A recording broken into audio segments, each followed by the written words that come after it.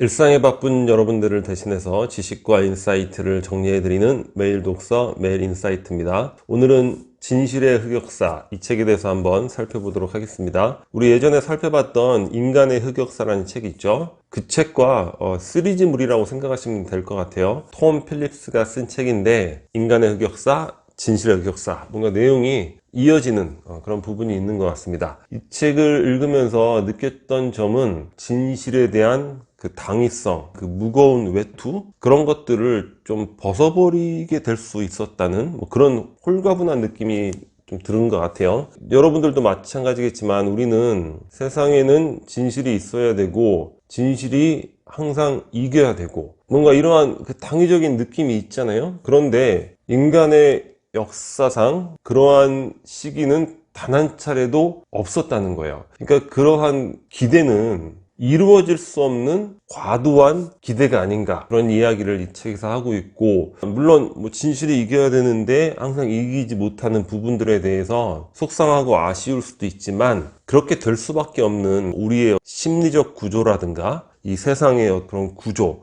그런 부분들이 있다는 것, 그러니까 일종의 진실이 이기지 못하는 우리 인간 사회에 대한 진실, 그런 것들을 알게 됨으로 인해서 약간의 그 자유로움을 느끼게 되는 것이 아닌가, 묘한 아이러니를 느끼게 된 것 같습니다. 우리는 지금이 탈진실 시대고 가짜뉴스의 시대라고 이야기를 하고 있잖아요. 그런데 이 책을 읽어보면 그런 게 전혀 아닌 거죠. 과거에 진실한 시대가 존재했는가, 그런 건 없었고 가짜뉴스 과거에 훨씬 더 심했다는 겁니다. 특히나 언론의 태동 자체가 진실을 목적으로 해서 만들어진 것도 아니고 그냥 재미를 목적으로 해서 만들어진 거예요. 그러다 보니까 언론의 주 재료는 가짜뉴스가 될 수밖에 없었다는 거죠. 그러면 왜 진실이 이기지 못하는지, 그리고 거짓은 어떻게 이 세상을 잠식해 가고 있는 것인지, 그리고 우리는 어떻게 그것에 대처해야 하는 것인지 간단하게 한번 살펴보도록 하겠습니다. 거짓이 진실을 이기는 이유. 일단 요거 살펴보기 전에 이제 거짓의 종류가 이제 두 가지가 있다고 저자는 이야기하고 있습니다. 첫 번째는 말 그대로 이제 거짓말인 거죠. 이 자체가 거짓말이라는 것을 알면서 이야기하는 의도적 거짓, 이런 부분이 하나고, 두 번째는 뭐냐면, 영어로 이야기하면 bullshit 이런 표현이 되겠는데, 이 책에는 개소리라고 이제 번역이 돼 있죠. 헛소리, 거의 아무 말 대잔치 이런 부분이죠. 그러니까 진실이고 거짓이고 이런 게 중요하지 않고 그냥 막 떠드는 이야기들, 이런 이렇게 두 가지 진실에 반대되는 개념으로 거짓말과 개소리. 근데 거짓이 진실을 이기는 이유가 뭐냐? 그 이유는 일단 거짓이 규모와 수적인 면에서 훨씬 많다는 거예요, 진실보다. 그리고 중요한 건 진실은 좀 지루하다는 거예요. 따분하고 재미가 없다는 거죠. 우리 인간은 뭔가 좀 재미있고 뭔가 좀 그 위안이 주는 거, 이런 것들을 추구하기 때문에 거짓에 더 마음이 갈 수밖에 없다는 것이죠. 실제 진실이 무엇인가, 이런 것들을 파헤치는 것 자체도 굉장히 그 끔찍하고 지루한 일일 뿐더러, 그렇게 해서 진실을 알아봐야 그거는 아주 재미없는 그런 평범한 사건들일 뿐일 것이다. 그렇기 때문에 거짓이 진실을 항상 이겨오고 있다.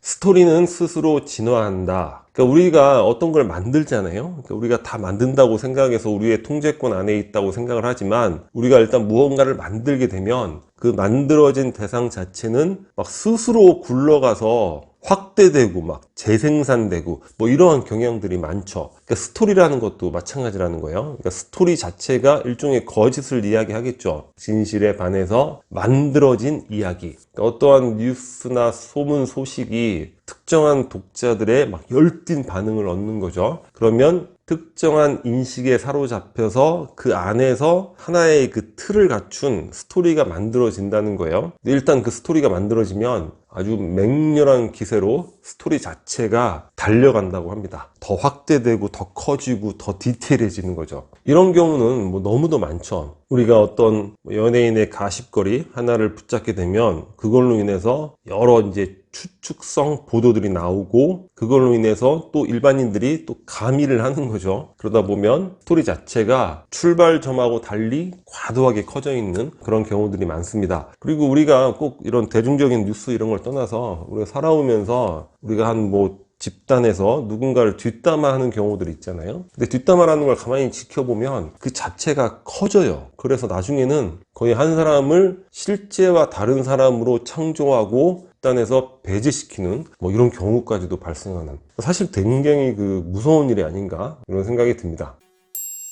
무작정 베껴쓰기, 이 부분이 사실 가장 저에게는 뭔가 직접적인 느낌으로 다가왔던 내용인데, 우리가 그러니까 스토리가 스스로 확대 재생산되듯이 마찬가지로 어떠한 지식이나 실험에 대한 결과 이런 것들이 있잖아요. 이런 것들이 무작정 베껴쓰기로 계속 유포가 되는 거예요. 최근에 동시기의 책들을 읽어보면 어떠한 심리 실험에 대해서 여러 가지 책에서 인용을 하고 있어요. 인용을 하고 있으니까 어떻게 됩니까? 이거는 맞는 거겠지? 그러면 또 인용이 되는 거죠. 인용이 되면서 신뢰성이 더 강화되는 거예요. 이 책에는 위키피디아, 우리 지식 공유하는 위키피디아에조차도 이러한 잘못된 정보가 있었고, 그걸로 인해서 동물의 이름 자체가 바뀌게 된 그런 현상도 나오고 있는데, 이런 경우도 있을 수 있구나. 그리고 더 중요한 건 뭐냐면, 최근에 우리 삶이 더 나아져야 된다 이런 부분에 있어서 자기계발서라든가 어떤 삶에 관한 책들 속에는 최근에 이루어지고 있는 많은 그런 심리학 실험들이 인용이 되고 있어요. 근데 그 실험들이 거의 50%면 절반이잖아요. 재현이 안 된다는 거예요. 그러니까 50%는 그 실험 결과로 우리가 얻을 수 있는 게 아무것도 없다는 거죠. 근데 우리는 그걸 가지고 또 인간의 하나의 특성이라고 믿게 되는 거 아니에요? 그러니까 이건 책을 읽을 때도 이걸 과연 믿을 수 있을까? 이런 느낌이 들었습니다. 근데 비단 그거는 심리학뿐만이 아니라 물리학, 모든 학문의 기초가 되는 물리학조차도 이러한 재현 위기를 겪고 있다는 거예요. 아인슈타인의 논문 5편 중에 1편꼴로 심각한 오류가 발생을 하고 있다는 그런 놀라운 이야기도 나오고 있습니다. 그리고 무작정 베껴쓰기 이런 걸로 인해서 우리가 아직도 잘못 인용하고, 우리 늘 일상에서 베껴서 말하고 있는 그런 부분들이 있죠. 예를 들어서 내일 지구가 멸망하더라도 한 그루 사과나무를 심겠다, 스피노자가 했다고 이야기를 하고 있는데 전혀 아무런 근거가 없어요. 스피노자가 했다는 그런 내용이 없습니다. 그리고 튤립에 대한 투자로 인해서 당시에 엄청난 손해를 입었다. 근데 실제로 튤립 광풍으로 인해서 손해본 사람은 없다는 거예요. 그거는 이제 금융거래를 반대하는 무리에서 일종의 소책자를 발간했는데, 그 내용이 계속 인용되면서 우리가 아직도 투기에 대한 집단 광풍 이런 것들을 인용할 때면 튤립 광풍을 이야기하는 것 뿐이고, 마리 앙뚜아네트가 빵을 달라고 했는데 빵이 없으면 케이크를 먹으면 되지, 이것도 전혀 아무런 근거가 없다는 겁니다. 그리고 실제 마리 앙뚜아네트를 연구해봐도 그런 말을 했을 어떤 개연성을 찾기가 어렵다는 거예요. 이거는 아주 일부분에 불과합니다. 우리가 이렇게 무작정 베껴 쓰고 무작정 베껴서 인용해서 말하고 하는 것들, 전혀 근거 없이 인용 자체로 힘을 얻어가고 있는 그런 사례가 되는 거죠.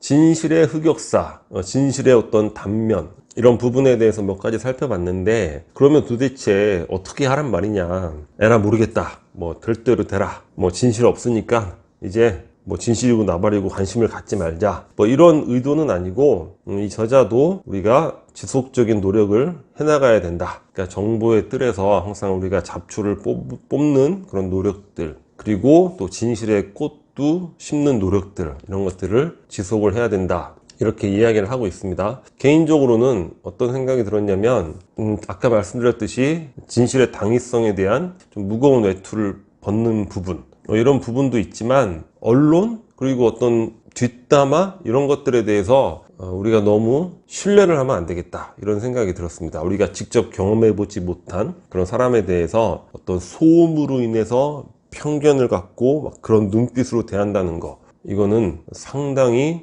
큰 잘못이 될 수가 있는 것이죠. 책을 읽더라도 그걸 온전히 그냥 순수하게 이게 맞는 얘기야 그렇게 받아들이는 게 아니라 반드시 비판적으로, 우리가 뭐 독서를 할 때 뭐 비판적으로 해야 된다 이런 얘기를 많이 하지만 뭐 얘기하고 그걸 떠나서 이 책을 읽어보면 자 50% 정도는 재현도 안 되는 그런 실험이라는 거예요. 그러니까 당연히 비판적인 독서를 해야 되겠다, 뭐 이런 생각을 해보게 됐습니다. 자, 오늘 영상은 여기서 마치도록 하겠습니다. 여기 캐리커처가 구독 버튼이고요. 구독과 좋아요 많이 부탁드리겠습니다. 감사합니다.